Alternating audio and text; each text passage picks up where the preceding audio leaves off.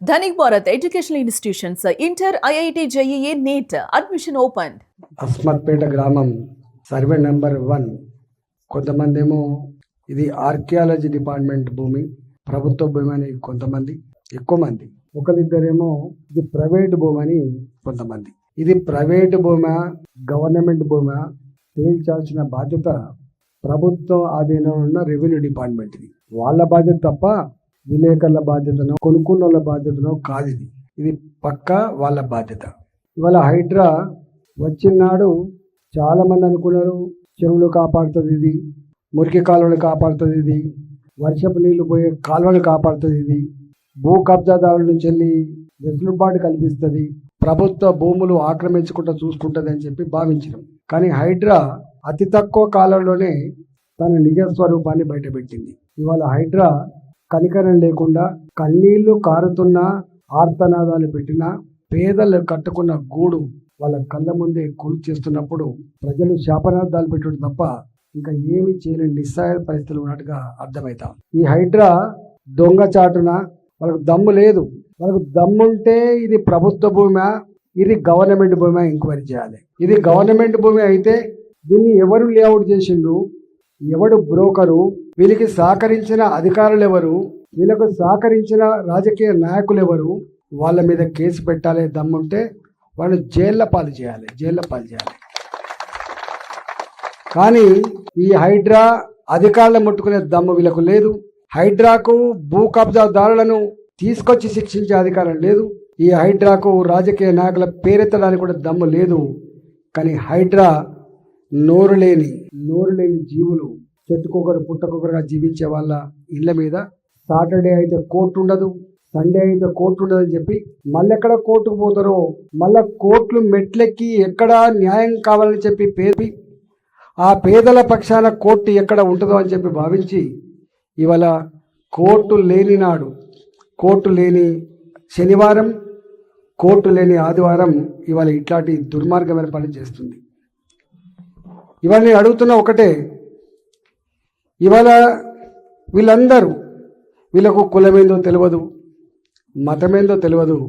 వీళ్ళ కులం పేద కులం, వీళ్ళ మతం కష్టపడి పనిచేసి కుటుంబాన్ని పోషించుకునే మతం తప్ప వీళ్ళకు మతం లేదు, వీళ్ళకు కులం లేదు. తెలంగాణలో ఇవాళ ఇలాంటి రేవంత్ రెడ్డి పాలకుడు కనుక ఉంటే 70 ఏళ్ళుగా ఈ రాష్ట్రంలో ఇలాంటి రేవంత్ రెడ్డి ఇలాంటి ముఖ్యమంత్రి కనుక ఉంటే ఇవాళ ఇన్ని బస్తీలు వచ్చేది కాదు. ఇంతమంది పేదవాళ్ళు ఇవాళ ఇక్కడ గూడేసుకొని బతికే పరిస్థితి లేదు. కూడు గుడ్డ నీడ. మనిషికి ఇంత కూడు కావాలి, గుడ్డ కావాలి, ఆ తదుపరి నీడ కావాలని కోరుకుంటాడు. పేదవాళ్లకు ఇండ్లు కట్టించే బాధ్యత వీళ్ళు చెప్తున్నట్టుగా ఆనాడు ఇందిరాగాంధీ ఆలోచించిందని చెప్తారు. ఇందిరమ్మ రాజ్యం, ఇంటింట సౌభాగ్యం, ఇందిరమ్మ ఇండ్లు. నేను ఒకటే అడుగుతున్నా, ఏ ప్రభుత్వం అయితే తెలంగాణ పల్లెల నుంచి వెళ్ళి పొట్ట చేత పట్టుకొని ఇక్కడికి వచ్చిండ్రో వీళ్ళందరూ చెప్తున్న మాట ఏంటిది? 10 ఇళ్లల్లో పని చేసుకొని బతికే వాళ్ళం బిడ్డ, మేము కూరగాయలు అమ్ముకొని బతికే వాళ్ళం, మేము కూలి చేసుకొని బతికే వాళ్ళం, మేము మార్కెట్లో అమాయలుగా పనిచేసేటోళ్ళం, మేము మార్కెట్లలో ఆ రైతుల మధ్య జీవనం కొనసాగించిన వాళ్ళమని చెప్పి చెప్తుండ్రు. వాళ్ళు వీళ్ళు ఎవరు? నేను కొనుక్కోను 60 గజాల ఇల్లు, నేను కొనుక్కోను 60 గజాల భూమిని. ఇవాళ దిక్కులేని వాళ్ళు చచ్చిపోతే శవాన్ని కూడా కిరాయి ఇంట్లో ఉండనివ్వరు కదా. మేము దిక్కులేని సావద్దు కదా, మేము అనాథ శవంగా ఉండద్దు కదా, మేము రోడ్ల మీద వేసుకునేటువంటి పరిస్థితి రావద్దు, మేము శ్మశాన వాటికలలో మా శవాలు వేసుకునే పరిస్థితి రావద్దు. మాకంటూ ఒక ఇల్లు ఉండాలి, అది 60 గజాల 50 గజాల కాదు, ఇల్లుంటే చాలు అని చెప్పి ఒక తరం కష్టపడితే ఒక 20 లక్షల రూపాయలు వస్తాయి. ఇళ్ళల్లో పనిచేస్తే వచ్చేది నెలకు 10,000 రూపాయలు వస్తాయి. కూరగాయలు అమ్ముకుంటే 10,000 15,000 రూపాయలు వస్తాయి. హమాలి పనిచేస్తే 20,000 30,000 రూపాయలు వస్తాయి. వాళ్ళు ఉప్పుడు ఉపాసం ఉండి కాయ కష్టం చేసి ఆకలిని కూడా భరించుకొని పిల్లలకు కోరికలు ఉంటే కూడా చంపుకొని కనిపెంచిన అమ్మా నాన్నకు చక్కగా అన్నం పెట్టకుండా కన్న బిడ్డలను కూడా చక్కగా చూసుకోకుండా పోరగాళ్ళని తీసుకుపోయి గవర్నమెంట్ స్కూళ్ళలో వేసి పైసా జమ చేసి ఇవాళ ఈ అస్మత్పేటలో గజం 20,000 రూపాయల, ఇక్కడ ఉండొచ్చు 1,00,000 రూపాయల గజం, ఇక్కడ 70,000 రూపాయల గజం ఉండొచ్చు, 50,000 రూపాయల గజం ఉండొచ్చు. వీళ్ళు ఆ కాలంలో ఆనాడు 20,000 రూపాయల గజం వస్తుందంటే 25,000 రూపాయల గజం వస్తుందంటే తక్కువకు వస్తుంది కదా, 50,000 గజాలు సరే ఇల్లు కూలగొడుతుందా గవర్నమెంట్ అని చెప్పి వీళ్ళు కట్టుకున్నారు. వాళ్ళు చెప్తున్న మాట ప్రకారంగా ఒకవేళ గవర్నమెంట్ కనుక సోయి ఉంటే వాళ్ళు మనుషులే అయితే చదువుకున్న వాళ్ళే అయితే వాళ్ళకు కూడా ఒక భావిస్తే ఆనాడే ఈ భూములు ఎవడైతే లేఅవుట్ చేస్తున్నాడో, ఈ భూములు ఎవడైతే అమ్ముతున్నాడో ఇవి మీరు అమ్మద్దని చెప్పి వాళ్ళని నివారించాల్సిన చక్కెర ఉండే. వాళ్ళను అవసరమైతే ఇవాళ ఎట్లయితే కూలగొడతా అని చెప్పి ముందుకొచ్చిన బిడ్డ, ఆనాడే వాళ్ళ ఇంటికి పోయి నువ్వు అరెస్ట్ చేసి బిడ్డ ఇది నువ్వు అమ్ముతున్నావు, రేపు బలేదంతా కూడా పిన్నవాళ్ళు కాదని చెప్పి నువ్వు చెప్పాల్సి ఉండే. ఇవాళ నోటరీ రూపంలో కొనుక్కున్న వాళ్ళు ఉన్నారు, వీళ్ళు రిజిస్ట్రేషన్ చేసుకున్న వాళ్ళు కొంతమంది ఉన్నారు, పర్మిషన్ తెచ్చుకున్న వాళ్ళు కొంతమంది ఉన్నారు, ఇవాళ ఇల్లు ట్యాక్స్ కట్టే వాళ్ళు కూడా ఒక్కరున్నారు. నేను ఇక్కడ మాట్లాడుతున్నది ఇవాళ ఇది ఒక అస్మత్పేట సర్వే నెంబర్ 1 మాత్రమే కాదు. హైదరాబాద్ నగరంలో నువ్వు గట్ల కూలగొట్టాలనుకుంటే ఇవాళ ఏ ఒక్క బస్తీ కూడా మిగలదు. మీకు బుద్ధి జ్ఞానం ఉండాలి కదా. ఇవాళ ఆనాటి ప్రభుత్వమే తెచ్చింది GO number 58, GO number 59 regulation కింద తెచ్చిండు. ఒకవేళ ఈ భూములన్నీ కూడా ఇండ్లన్నీ కూడా కాగితాలు లేకపోతే, రెగ్యులరైజ్ కాకపోతే, వాళ్ళకు హక్కులు లేకపోతే వాళ్ళకు హక్కులు కల్పిస్తా అని చెప్పి నువ్వు ఏ చట్టాన్ని తీసుకొచ్చినావో 120 గజాల లోపున్న పేదలకి రూపాయి ఖర్చు లేకుండా వాళ్ళకు కాగితాలు ఇస్తా అని చెప్పిందో ఆనాటి ప్రభుత్వం, వాడు ప్రభుత్వమే కదా. మేము ప్రభుత్వాలు మారచ్చు, ముఖ్యమంత్రులు మారచ్చు, కలెక్టర్లు మారచ్చు, కమిషనర్లు మారచ్చు, పోలీస్ డీజీపీలు మారచ్చు, కానీ సమస్య మాత్రం గదే. ఇవాళ ఏ ఎంఆర్ఓ, ఇవాళ ఏ కలెక్టర్ అయితే దీన్ని కూలగొట్టడానికి ఆదేశాలు ఇచ్చిండో ఆనాటి కలెక్టర్ ఏం చేసిండు, ఆనాటి ఎంఆర్ఓ ఏం చేసిండని చెప్పి ఈ నోరు లేని మహిళలు అడిగితే నీ జ్ఞానం నీ తలకాయ ఎక్కడ పెట్టుకుంటావు అని చెప్పి నేను అడుగుతున్నా. మీరు ఎక్కడ తలకాయ పెట్టుకుంటారు? నేను అంటున్నా, ఎందుకు ఇలా మొత్తం హైదరాబాద్లో 30 ఏళ్ల క్రితం 40 ఏళ్ల క్రితం నేను పక్షులకు తిరిగిన ఇక్కడ ఎంపీ అయినప్పటి నుంచి ఎక్కడ కంటి మీద కొనుక్కుంటే 2 ఏళ్ళు అవుతుంది ఎంపీ అయ్యి. నేను తిరిగిందల్లా హైడ్రా ఎక్కడెక్కడైతే పేదల ఇల్లు కూలుస్తుందో, పేదల ఇళ్ళ మీదకి డోజర్లు పంపుతుందో అక్కడక్కడ నేను తిరుగుతా ఉన్నా. నేను ఒకటే ఇవాళ డిమాండ్ చేస్తున్నా, మీరు పేదల ఇల్లు ముట్టుకుంటే, పేదల ఇల్లు కూల్చేస్తే నీ ప్రభుత్వాన్ని కూల్చేస్తామని చెప్పి ఇలా హెచ్చరిస్తున్నా. నీ ప్రభుత్వాన్ని కూల్చేస్తా. నువ్వు అనుకుంటున్నావు ఎక్కడ పోతావు, నువ్వు తొండ పరుగు ఎనుగదా కదా, ఎక్కడ పోతావు బాబు నువ్వు మళ్ళీ వస్తావు కదా 2025లో. రారా నీ గుర్తు, రారా నీ నాయకుడు, రారా నీ పార్టీ, గప్పుడు తెలుస్తారు కదా. ఇవాళ నువ్వు నీ చేతిలో అధికారం ఉందని 100 మంది పోలీసులను పెడుతుండొచ్చు కాక, నీ చేతిలో అధికారం ఉందని కరెంటు కట్ చేస్తుండొచ్చు కాక, నీ చేతిలో అధికారం ఉందని చెప్పి నీళ్ళ లైన్లు కట్ చేస్తుండొచ్చు కాక, నీకు మానవత్వం లేకుండా. కానీ ఇవన్నీ కూడా ఉత్తగపోవు. నువ్వు అనుకుంటున్నావు ఇది ఒక అస్మత్పేట అనుకుంటున్నావు. హైదరాబాద్ నగరంలో ఉన్న బస్తీవాస్ అంతా కూడా నా అస్మత్పేట పేదవాళ్లకు అండగా ఉంటున్న విషయం మీరు మర్చిపోకండి. ఇవాళ ఈ అస్మత్పేటలో ఉండే హైదరాబాద్ నగరంలో బస్తీలలో నివసించే వాళ్ళంతా కూడా తెలంగాణ పల్లెల్లో ఉపాధి లేకపోతే కన్న తల్లిని అక్కడే వదిలిపెట్టి కన్న బిడ్డలు వేసుకొని పొట్ట కూటి కోసం వచ్చిన వీళ్ళంతా కూడా, వీళ్ళు బతకచ్చిన వీళ్ళంతా కూడా ఆ కన్నగడ్డ అన్నం పెట్టి ఉంటే, ఆ కన్నగడ్డ ఉపాధి కల్పించి ఉంటే వీళ్ళు ఇక్కడికి వచ్చిన కాదు. ఇలా ఏ మనిషి కూడా మంచిగా బతకాలని కోరుకుంటాడు, మంచి ఇల్లు కావాలని కోరుకుంటాడు, మంచి చదివించాలని కోరుకుంటాడు, మంచి జీవనం ఉండాలని కోరుకుంటాడు తప్ప మురికి బతుకులు అని చెప్పి ఎవరు కోరుకోరు. ఇవాళ 60 గజాలు 50 గజాల ఇళ్ల జాగాల కోసం వీళ్ళు ఆలోచిస్తున్నంటే వీళ్ళు పెద్దవాళ్ళ, వీళ్ళు పేదవాళ్ళ, మీకు జ్ఞానం ఉందా అని చెప్పి అడుగుతున్నాం. ఒక నిజంగానే కనుక ఇది ప్రభుత్వ భూమి. ఒక పని చేయి, ఎవరెవరైతే ఈ భూములు అమ్మిందో సీక్రెట్ ఎంక్వైరీ చేయి. నీ ఇంటెలిజెన్స్ ఎక్కడ పోయింది? నీ పోలీసులు ఎక్కడ పోయినరు? ఇవాళ వాళ్ళు చెప్తున్నారు మా పేర్లు చెప్పొద్దు అంటున్నారు. వాళ్ళకు చెప్పే ధైర్యం వల్ల లేకపోవచ్చు. కానీ నీ డిపార్ట్మెంట్ ఇన్వెస్టిగేట్ చేసి ఈ సర్వే నెంబర్ 1 ఇది కనుక ఆర్కియాలజీ ల్యాండ్ అని కనుక నువ్వు ప్రూవ్ చేసిన తర్వాత ఈ భూమిని ఎవడమ్మిండో వాడిని పట్టుకో.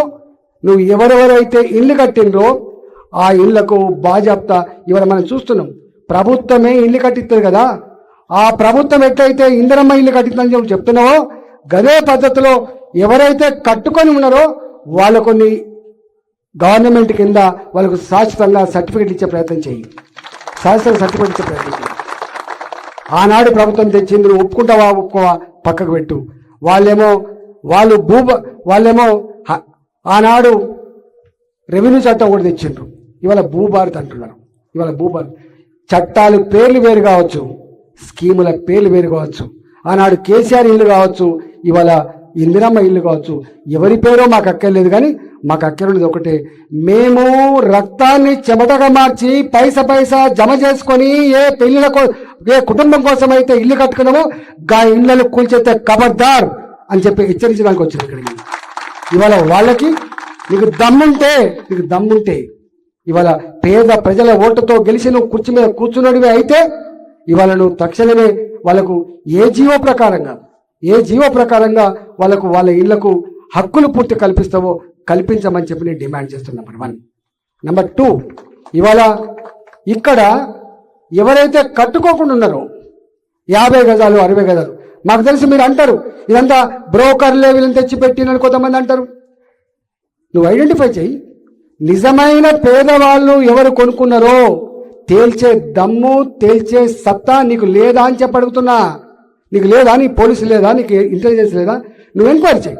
నేనంటున్నా, ఎవరెవరైతే నిజంగా కూరగాయలు అమ్ముకొనో ఇళ్లలో పనిచేసో లేదా మార్కెట్లో పనిచేసో కొనుక్కున్నారో అలాంటి వాళ్ళ భూములకు నీవే ముందుకొచ్చి వాళ్ళకి ఏం పనిష్మెంట్ ఇస్తావు? ఇలా అమ్మిన వాడికి ఏం పనిష్మెంట్ ఇస్తావు? డబ్బులు వసూలు చేసుకుంటావా వడ్డీతోటి? వాడిని జైలు పాలు చేస్తావా చేసుకో, కానీ ఆ పేదవాళ్ళకు మాత్రం వాళ్ళ భూమికి వాళ్ళు పట్టాలు మీరు ఇవ్వాలని చెప్పి డిమాండ్ చేస్తున్నారు. పేదవాళ్ళకి ఇంకోటి కూడా చెప్తున్నా, నిజంగా పేదవాళ్ళని అడ్డం పెట్టుకొని ఉన్నవాళ్ళు బ్రోకర్లు కోట్లకు పడగలెత్తిన వాళ్ళు కనుక ఎవడన్నా ఇక్కడ భూమి వచ్చేస్తే ఇంచు భూమి కూడా వాళ్ళకి ఇవ్వకు. ఆ భూములు గుంజుకొని ఇలాంటి పేదలకి డబుల్ బెడ్రూమ్ ఇల్లు కట్టియమని చెప్పి డిమాండ్ చేస్తున్నాను నేను. ఇవాళ ఈ పక్కకే ఉంటుంది. ఇంత దుర్మార్గులు అంటే ఎప్పుడో 2008లో ఇక్కడ మార్కెట్ పక్కకు ఉంటుంది. మార్కెట్ పక్కకు ఆనాటి రాజశేఖర రెడ్డి ప్రభుత్వం ఉన్నప్పుడు మీ మార్కెట్ పక్కకు ఒక ఒడనోడు బండ కొట్టుకున్న బొందు ఉంటుంది. మీ పక్కకు అక్కడ బొందు ఉంటుంది. అక్కడ ఏ సర్వే నంబర్ అని ఇవాళ ప్రైవేట్ ఉందని అంటున్నారో గా సర్వే నంబర్లో ఉన్న కొంత భూమిని ఆనాడే ప్రభుత్వం వేలం వేసి అమ్ముకున్నది. ఒకటే సర్వే నంబరు ప్రభుత్వ భూమి అని చెప్పి నువ్వు అమ్ముకున్న తర్వాత అదే సర్వే నెంబర్లో ఉన్నటువంటి ఇవాళ 8 ఎకరాలు 9 ఎకరాల భూమి ఎట్లా ప్రైవేట్ది అవుతుంది? ఇవాళ దొంగ సర్టిఫికెట్లు, దొంగ కాగితాలు పుట్టించాలి, కోర్టులకు పోవాలి. కోర్టులకు పోయినప్పుడు ఏ ప్రభుత్వ భూమిని అయితే కాపాడడానికి ప్రభుత్వ అడ్వకేట్లు పోవాలో ఆ అడ్వకేట్ల వీళ్ళతో మిలాఖత్ అయిపోయి పైరస్ చేసుకొని ఆ భూమి ప్రైవేట్ అని తెచ్చుకుంటాడు. ఇవాళ అది ఓడు అంటాడు తిరుమలగిరి సంబంధించిన భూమి అంటాడు, తిరుమలగిరి మండలానికి సంబంధించిన భూమి ఓడు అంటాడు, బాల్నగర్ భూమి అని ఓడు అంటాడు 57/1 అంటాడు, ఒకడేమో 157/1. ఇది 157/1 ఇది 57/1 తేల్చాల్సింది ఈ గరీబోలు తెలుస్తారా? ఇది తేల్చవలసింది ఎంపీ తెలుస్తాడా? ఇది తేల్చాల్సింది ఒక ఎమ్మెల్యే తెలుస్తారా? ఇది తేల్చవలసింది రెవెన్యూ డిపార్ట్మెంట్. గుర్తుపెట్టుకో, రెవెన్యూ డిపార్ట్మెంట్. మనం చూస్తున్న ఈ మధ్యకాలంలో ఏ రెవెన్యూ అధికారి ఇంట్లో ఏసీబీ దాడి చేసినా నోట్ల కట్టలు దొరుకుతున్నాయి. భూమి కొలిసే డిప్యూటీ డైరెక్టర్ ఇంట్లో 180 కోట్ల రూపాయల ఆస్తులు దొరికినాయని చెప్పి నువ్వు ప్రకటించవు కదా. నీకు సిగ్గుందా అని అడుగుతున్నా. ఇవాళ గీ పేదోడు జీవితాంతం కష్టపడితే ఒక 50 గజాల జాగలో ఇల్లు కట్టుకుంటే నీ కళ్ళమడతనం ఉంది కదా, నువ్వు కూలగొడుతున్నావు కదా. నువ్వు 180 కోట్ల రూపాయలు deputy director land survey department deputy director 180 కోట్ల రూపాయల ఆస్తులు ఎట్లొచ్చినాయి బాబు? సబ్ రిజిస్ట్రార్ ఇళ్ల మీద దాడులు చేస్తే కోట్ల రూపాయల ఆస్తులు దొరుకుతాయని చెప్పి అంటున్నావు కదా. నువ్వు ఎంఆర్ఓ ఆఫీసులో దాడి చేస్తే కోట్ల రూపాయలు దొరుకుతున్నాయి కదా. మరి వీళ్ళ ఇళ్ళల్లో వాళ్ళ ముఖాలల్లో కళ ఉందా? ఈ గరీబోళ్ళ మెడలల్లా ఒక అరతులం పుస్తకాలు కూడా ఎవరి మెడలు లేవు కదా. ఎవరి మెడలో ఒక పుస్తకాలు లేదు. గివీళ్ళ బతుకులు గిట్లుంటే గవాళ్ళ బతుకులు గట్లున్నాయి. వీళ్ళు మనుషులే వాళ్ళు మనుషులే, వీళ్ళు మనుషులే వాళ్ళు మనుషులే. వీళ్ళ బతుకుల కారకుడు ఎవడు? వీళ్ళ బతుకుల కారకుడు ఎవడు? వాళ్ళకి అట్లా కావడానికి కారకుడు ఎవడు? ప్రభుత్వాలు కదా. మీ పెద్దల సహకారం లేకుండా, మీరు చూసి చూడనట్టు ఉండకుండా, మీ ప్రాపకం లేకుండా వాళ్ళు ఎట్లా 100 కోట్ల కదా అధిపతులు అవుతారు. మా బతుకులకు ఇట్లనే ఉంటాయా అని చెప్పి పేదవాళ్ళు అడిగితే మీ తలక ఎక్కడ పెట్టుకుంటారని చెప్పి నాయకులు అడుగుతున్నాను నేను. ఇవాళ పంచాయతీ ఎంత బాధ, అనేక దిక్కులకు ఇట్లే ఉంది. రేపు మళ్ళీ మీరెట్లయితే ఆస్మత్పేట బాధపడుతున్నారో రేపు ఆ 57/1 157/1 వాడికి ఎవడో పర్మిషన్ ఇస్తాడు, మళ్ళీ వాడు లేఅవుట్ కొడతాడు, వాడు అమ్ముకుంటాడు, మళ్ళీ కొనుక్కుంటూ నాశనమైపోతాడు. సో ఇది వాళ్ళ కథ. కట్టక ముందే నువ్వు తేలిస్తే, పర్మిషన్ ఇచ్చే ముందు తెలిస్తే మన కంటోన్మెంట్ ఆఫీసర్ ఉంటాడు. 2008లో పర్మిషన్ వచ్చింది. 2008 పర్మిషన్ 2026 వరకు ఉంటుంది ఎవరికన్నా. సంవత్సరంలో అయిపోయిందంట, నీ పర్మిషన్ డేట్ అయిపోయింది పో అంటాడు. 2 నెలలకు అయిపోయింది అంటాడు. కానీ వాళ్ళకు పెద్దలకు మాత్రం అన్నీ ఉంటాయి. చట్టం పెద్దవాళ్ళ చుట్టమైపోయింది. వాళ్ళ పైసలకు అన్ని మోకరిల్లుతున్నాయి. కానీ పేదవాడికి మాత్రం అండ ఎవడు లేడనేటువంటి భావన ఉంది. ఇది మంచిది కాదు. హైదరాబాద్ నగరం ఇది మంచిది కాదు. పేదవాళ్ళతో గోక్కున్నోడు ఎప్పుడు బాగుపడడు, గుర్తుపెట్టుకోండి. పేదల ఇల్లు కూల్చినోడు అంతకు బాగుపడడు. నేను అడుగుతున్నా రేవంత్ రెడ్డి గారికి, నీ ఇంటెలిజెన్స్ పోలీసులు ఇక్కడ ఉన్నారు, నేను చెప్పిన మాట చెప్పినట్టుగా మీరు ముఖ్యమంత్రికి చెప్పండి. నేను ఏం మాట్లాడుతున్నానో ప్రతి మాటను తీసుకుని ముఖ్యమంత్రి చెప్పండి. హైదరాబాద్ నగరంలో ఇవాళ నువ్వు ఈ పేదల కళ్ళల్లో కన్నీళ్ళు కనుక చూస్తే, పేదల గూడు కనుక వాళ్ళ కళ్ళ ముందే కూల్చేస్తే, వాళ్ళు పెట్టే ఆర్తనాదాలు వాళ్ళ పిల్లల మనసులో ఎంత గాయపడితే ఒకసారి ఆలోచన చేసుకోండి. వాళ్ళ పుస్తకాలు అన్నీ ఉంటాయి, వాళ్ళ స్టవ్లు అన్నీ ఉంటాయి, వాళ్ళు కష్టపడి కొనుక్కున్న ఫ్యాన్ గీనో అన్నీ ఉండిపోయే పరిస్థితి. ఇది ఎవడు చేయడు. బయట దేశస్తుడు దాడి చేస్తే ప్రజల మీద దౌర్జన్యం చేసేవాడు ఎట్లా చేస్తాడో, నీ పోలీస్, నీ హైడ్రా ఇట్లాంటి పని చేస్తే మంచిది కాదని చెప్పి హెచ్చరిస్తున్నా. ఇట్లాంటి పని మంచిది కాదు. నీ సొంత ప్రజల మీద నువ్వు ఇల్లు కట్టియాలి, నువ్వు ఇల్లు జాగియాలి, నువ్వు వాళ్ళని కాపాడాలి పెద్దన్నలాగా. కానీ నీవే కంచే చేయని వేసినట్టుగా కాపాడేవాడే కాలేమడి లేక కాటేస్తున్నది ఇక్కడ గవర్నమెంట్. ఇది ఇవాళ పరిస్థితి. నాకు తెలిసి ఈ మార్కెట్లో పనిచేసిన వాళ్ళంతా ఎక్కడో కరీంనగర్లో, ఎక్కడో మెదక్లో, ఎక్కడో వరంగల్లో పొట్ట చేతి పట్టుకొని వచ్చినాడు. వాళ్ళకు సెంటు వాసన రాదు. వాళ్ళ ఇళ్ళకి పోతే చెమట వాసన మాత్రమే వస్తుంది. గుర్తుపెట్టి చెమట వాసన. వాళ్ళతో ఇవాళ నువ్వు పెట్టుకుంటున్నావు. నేను అడుగుతున్నా, ఇక్కడ లోకల్గా ఉండే కాంగ్రెస్ పార్టీ మీ పంపకాలలో తేడాలుంటే ఉండొచ్చు. నీ పార్టీకి ఎక్కువ వచ్చిందా, నా పార్టీకి ఎక్కువ వచ్చిందా, నాకు ఇయ్యలేదు, ఇలా మీ పంపకాలు ఉంటే ఉండని. కానీ మాడి మష అయిపోతారు కొడుక అని చెప్పి హెచ్చరిస్తున్నా. మిస్టర్, నేను ఈ పార్టీ ఆ పార్టీ అని కాదు, పేదల జీవితాలతో ఆడుకొని పేదల్ని మోసం చేసే ప్రయత్నం చేస్తే ఎవరిని వదిలిపెట్టారు ప్రజలని చెప్పి హెచ్చరిస్తున్నాను. నేను ఇక్కడ పోలీసులు కూడా చెప్తున్నా, మా వాళ్ళకి వాళ్ళను ఇళ్లలో పోకుండా నువ్వు కంచెలు వేసి, బాటలు బంద్ చేసి, కరెంటు బంద్ చేసి, నువ్వు నీళ్లు బంద్ చేసే ప్రయత్నం చేస్తే ఇది మానవత్వం ఉన్న ప్రభుత్వం చేసే పని కాదు. ఇది మనుషులు చేసే పని కాదు. ఇది అమ్మకు పుట్టినోళ్ళు చేసే పని కాదు. ఇది గుర్తుపెట్టుకోండి. ఇది మనిషి చేసే పని కాదు. మనిషి అంటే మానవత్వం ఉన్నోడు, మనిషి ఆపదలు ఆడుకుంటాడు, మనిషి ఎవరు కన్నీళ్ళు పెడితే కన్నీళ్ళకి పరిష్కారం చూపెట్టాడు మనిషి తప్ప ఇట్లా మానవత్వం లేకుండా ప్రవర్తించేవాడు కాదు. నేను పోలీసులను కూడా చెప్పదలుచుకున్నా, మీరు టక్కన రమ్మని పిలవంగానే వచ్చి ప్రజల మీద దౌర్జన్యం చేస్తే నీ డిపార్ట్మెంట్ కూడా మంచిది కాదు. మీరున్నది దొంగలను పట్టుకోవడానికి, మీరున్నది గంజాయిలను పట్టుకోవడానికి, మీరున్నది అక్రమాలు చేసిన జైలు పెట్టడానికి, మీరున్నది కూలీకోలను జైలు పెట్టడానికి తప్ప మీరున్నది పేదల ఇల్లు కూల్చేస్తే కాపల కాల్చే డ్యూటీ మీ పోలీసులు కాదు. గుర్తుపెట్టుకోమని చెప్పి చేస్తున్నా. నీకు ఏం పద్ధతి ఇది? ఏం పద్ధతి? రంగనాథ్, ఇవాళ నువ్వు అనుకుంటున్నావు నీకు కోర్టు ఇన్నిసార్లు మొట్టకాయలు వేసినా, ఇన్నిసార్లు నిన్ను మందలిచ్చినా కూడా నువ్వు అనుకుంటున్నావు రేవంత్ రెడ్డి అండ ఉందని చెప్పి అనుకుంటున్నావు. కానీ ప్రజల శాపం ప్రజల శాపం ఉంటుందనే విషయం మీరు మర్చిపోకండి. ప్రజల కర్స్ దాన్ని వదిలిపెట్టదనే విషయం మర్చిపోకండి రంగనాథ్. ఇది మంచిది కాదు. నేను మళ్ళీ చెప్పబోతున్నా, ఒక్క ఇల్లు కూల్చేసిన బాధ్యత మీదే, ఒక్క పేదవాడి భూమి గుంజుకున్న బాధ్యత మీదే. కానీ బ్రోకర్ల భూములు ఎవరైతే ఉన్నాయో ఇక్కడ గుంజుకో, మాకేం బాధ లేదు. బ్రోకర్ల వాళ్ళ చేతిలో ఉన్న భూములు గుంజుకోండి, పేదలకు డబుల్ బెడ్రూమ్ కట్టి అని చెప్పి డిమాండ్ చేయడానికి వచ్చిన, ఒకవేళ ఇవాళ మీరు ఈ పనిని కనుక పెడచేన పెట్టి కనుక వచ్చేస్తే ఈ హైదరాబాద్ నగరంలో బస్తీలను ఏకం చేస్తాం, పేదవాళ్ళు ఏకం చేస్తాం. నీ ప్రభుత్వాన్ని గద్దె దించేంత వరకు భారతీయ జనతా పార్టీ ఎంపీగా మీ వెంట ఉంటా అని చెప్పి హామీ ఇవ్వడానికి వచ్చినాం. కాబట్టి మీరు గంత భయపడే అక్కర్లేదు. గుర్తుపెట్టుకోండి, ఊరికే వాళ్ళు ఉన్నంత వరకే తరిమేవాళ్ళు. మన పేదలం మనం కొట్లాడితే పోయేది ఏం లేదు. ఏం చేస్తారు వాళ్ళు? 2 కేసులు పెడతారు కావచ్చు, 2 దెబ్బలు కొడతారు కావచ్చు. ఎక్కడ పోతారు వీళ్ళు? ఎందుకంటే పెద్దానికి భయపడు, మీకు అండగా తప్పకుండా మేము ఉంటాం, మొత్తం పార్టీ మీకు అండగా ఉంటుందని చెప్పి మాట్లాడడానికి వచ్చినాం. కాబట్టి నేను ఈ మాట చెప్పబోతున్నా, ప్రభుత్వానికి లెటర్ రాస్తాయి. దీని మీద ప్రభుత్వానికి ఇవ్వాలి లెటర్ రాస్తా ముఖ్యమంత్రి గారికి. ముఖ్యమంత్రి గారు ఆలోచిస్తారని చెప్పి అనుకుంటున్నా, రెవెన్యూ మంత్రి గారు ఆలోచిస్తారని అనుకుంటున్నా. ఆలోచించకపోతే ఏం చేయాలో తదుపరి కార్యాచరణ ప్రకటిస్తా అని చెప్పి మనం చేస్తూ మీ అందరి నమస్తే తెలుసుకున్నా. ధన్యవాదాలు.